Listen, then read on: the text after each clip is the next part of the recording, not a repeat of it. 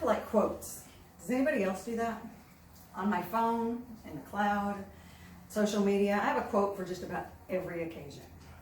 One night I was sitting at home, probably not in the best mood, I'll be honest, and I came across this quote that said, "I'm not a victim, I'm a survivor." It was meant to be empowering, but to me, it just pissed me off. I was sitting there in the dark, screen flashing back at me with this quote, just like a neon sign, and I thought, are these really the only options that we get? Every day we are labeled. Every moment of every day that we wake up. We're labeled by our relationships. Wife, mother, daughter, sister, girlfriend. We're labeled by our ages. Young, old, youth, adult, masters. We're labeled by our physical traits. Tall, short, skinny, fat, brunette, blonde, redhead. Here on the mat, we're labeled by our experience. We're labeled by the color of the belt that we wear. So right now, I'm going to ask you to do me a favor. And I'm going to ask you to forget about your belt. I know, there's those of y'all that are watching at home and you're hyperventilating now. You're like, no, she's taking my belt away. Relax, breathe. I just want, for a few minutes, for you to forget that it exists. And I want you to think back. So whether you are a white or a pink or anywhere from a blue to a black, I want you to forget that exists and think back to your very first time that you stepped on a mat. The first time that I touched a mat, I was 5 years old. It wasn't a jiu-jitsu mat, it was a gymnastics mat. You hear a lot of stories about girls that want to grow up to be gymnasts. They want to flip, they want to spin, they want to learn to tumble through the air. Let me be clear, that was not me. I was an unruly, sassy little thing that played in the mud one too many times. I climbed up on rocks as big as houses and jumped off and somehow always managed to land on my feet. For me, gymnastics was my parents' chance to rein me in, to quiet not only all of my energy that I had, but also my voice. Little did we know that it would be 40 years before I got my voice back again. The tragedies and triumphs of USA Gymnastics have been discussed over and over for the last 2 years in the news. I'm not here today to debate the truth and the lies that were reported in that time, but I am here to share a lesson with you. In Jiu-Jitsu, we're taught that there is no losing. You either win or you learn. I was a victim of the deplorable actions of others. I survived traumatic circumstances, but I'm not a victim. I'm not a survivor. I am a person, just like all of you, who have the courage and the resilience to keep fighting, even when we think that we're losing. Without Jiu-Jitsu, it's a lesson I never would have learned. When I came to Jiu-Jitsu, I came with a traumatic history very specific to sports on the mat. It's not a choice that most people would make, to come in and put yourself through hell hour after hour, day after day, week after week. I could have picked golf or tennis or something simpler like that, but I didn't. Had I not landed at the right academy, had I not found a group of supportive women, both here locally and all over the globe, I would have quit. No question. But most importantly, had I not found a coach that believed in me when I couldn't believe in myself, then I would not be standing here talking to you today. As coaches, as instructors, as training partners, you can have an immeasurable impact on all of those people around you, even if you don't realize it. How many of you have been trained to recognize the signs of physical abuse in children? How about adults? If you haven't been trained, get trained. There's no excuse. Owners, you should be Safe Sports certified. Training partners, you're actually in the most likely place to be able to notice if something is wrong and be able to get the person help.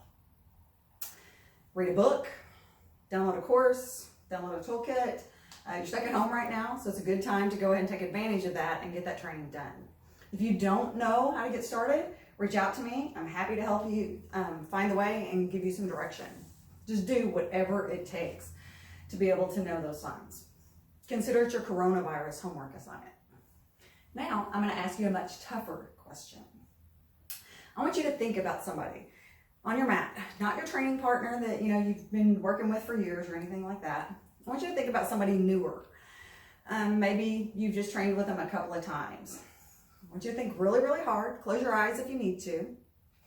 And I want you to picture them in your head. I want you to think about their hair color. Think about their eye color. You've probably choked them out a few times right now, so are their ears even? Anything like that? What about their favorite gi? Does it have any special logos, anything like that? What colors are on it? What about the rash guard? They prefer short sleeve or long sleeve? Which one do you see them in most? Your eyes have already drifted down and your thoughts have drifted down to where that belt should be, hasn't it? It's okay to admit it. It's what we do. We're human. Everyone does it. We try and categorize people so that we can be able to understand them more. The problem with that is that even in your memory, even in your thoughts, you have labeled that person without knowing anything at all about them. So my question to you is, how many of you can tell if that student has experienced emotional trauma in their life? It's hard, right? There's no scars, there's no visible wounds to be able to indicate or give you that information. Everyone that steps on your mat comes in with a story. Before they ever tie a belt around their waist, they have lived an entire life that you know nothing about. While there are exceptions, most people don't step on your mat and start talking about their entire personal histories and just blurting all that out to you. If they have faced considerable trauma in their life, they'll actually likely work really, really hard to keep that private, just so that you don't label them. For a myriad of different reasons, I did not tell my coach my history, but my silence was anything but silent if you knew what to look for. If you Google PTSD or emotional trauma, you'll be given a list of indicators, signs to look for. Things like zoning out, lashing out, disengaging, retreating. The thing about these lists is that they give us a kind of a tunnel vision. Those are the only things that we start to look for. We don't see those things, we assume that everything is fine with our partner. The problem with that is we are labeling them that everything is okay when it might not be. I'm here to tell you that all of those things on that list can be faked. And I was a master at it. I would smile, I would laugh, I was laser focused on instruction. And then when class was over, I would go into the parking lot by myself, find a corner, and throw up. There was no way anyone would have guessed that I was having a panic attack on the mat, except for my coach. So for our last video for Sexual Assault Awareness and Prevention Month, we want to focus on trauma-informed coaching and what that means both to you as an instructor as well as a training partner. Martial arts has long been known for its ability to positively impact those that have experienced trauma in their lives. It's been used for veterans returning from war, children healing from childhood abuse, and women who have survived sexual assault.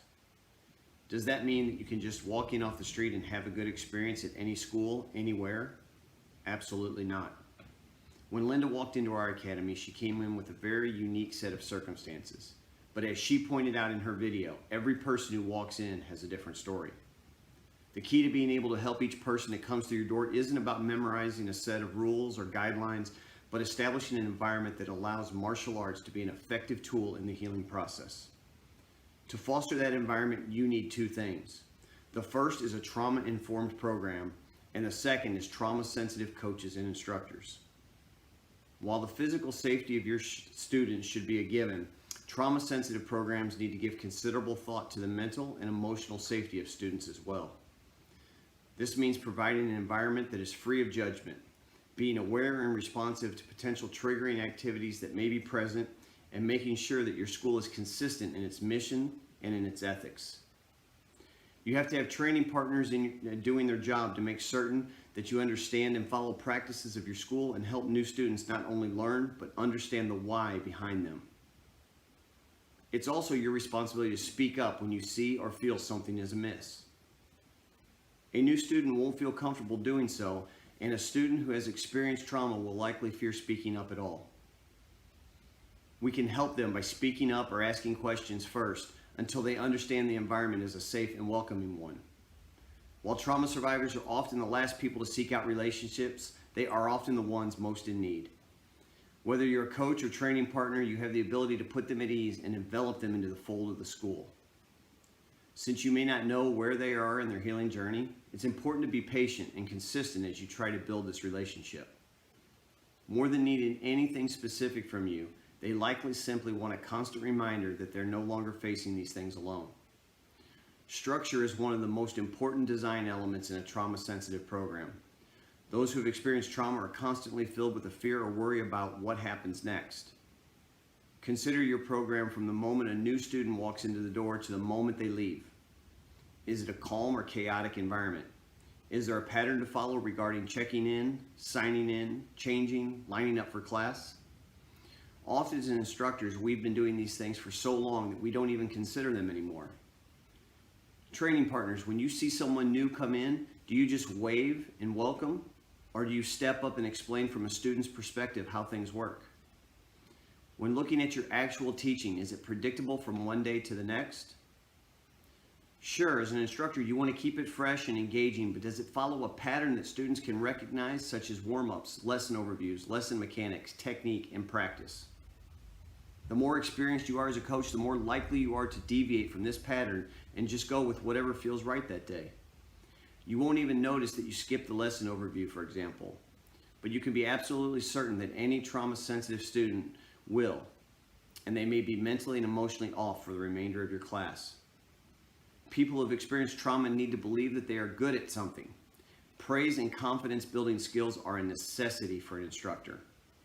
Allowing them to set and achieve personal goals gives them a sense of mastery and control that they may not otherwise have.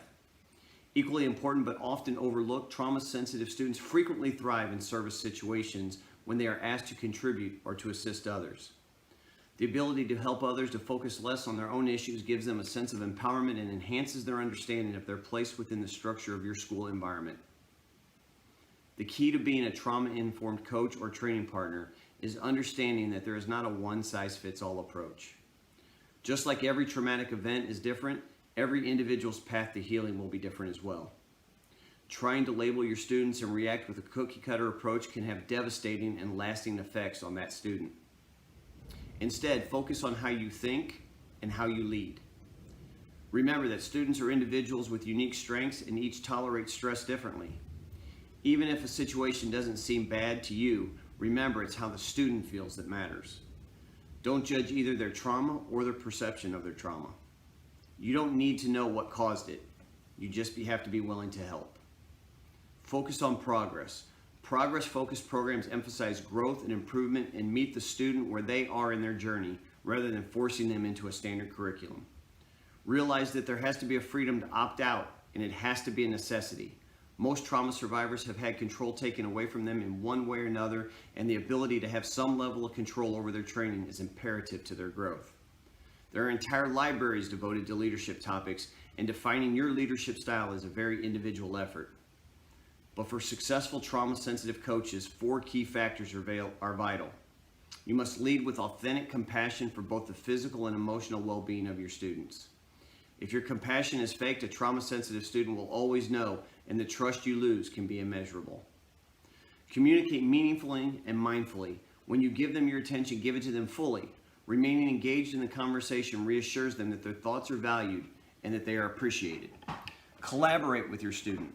Let them know that you're partners in their journey and that their path, while unique, is one you are willing to walk with them. Partner with a trauma survivor. No matter how many books or articles you read, there's nothing more beneficial than having a trauma survivor you can turn to when you have questions. While it may take time to cultivate this relationship, a person who has been through traumatic circumstances can answer many of your questions with a stark honesty that no amount of reading can match. They can provide support to both you and the students that come to you for help. I hope that our Survivor Saturday and Sunday videos, as well as our Wednesday sexual assault discussions, were beneficial and informative to you. When I became a martial arts instructor almost 15 years ago, I never imagined the role that I would play in the lives of men, women, and children in my community. A famous movie quote from Spider-Man says, "With great power comes great responsibility." As instructors and training partners, we do indeed have great power.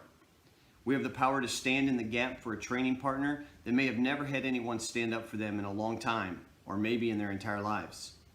We have the power to ensure that our students know that they have a resource that is free of judgment and free of self-doubt that would limit their willingness to find help.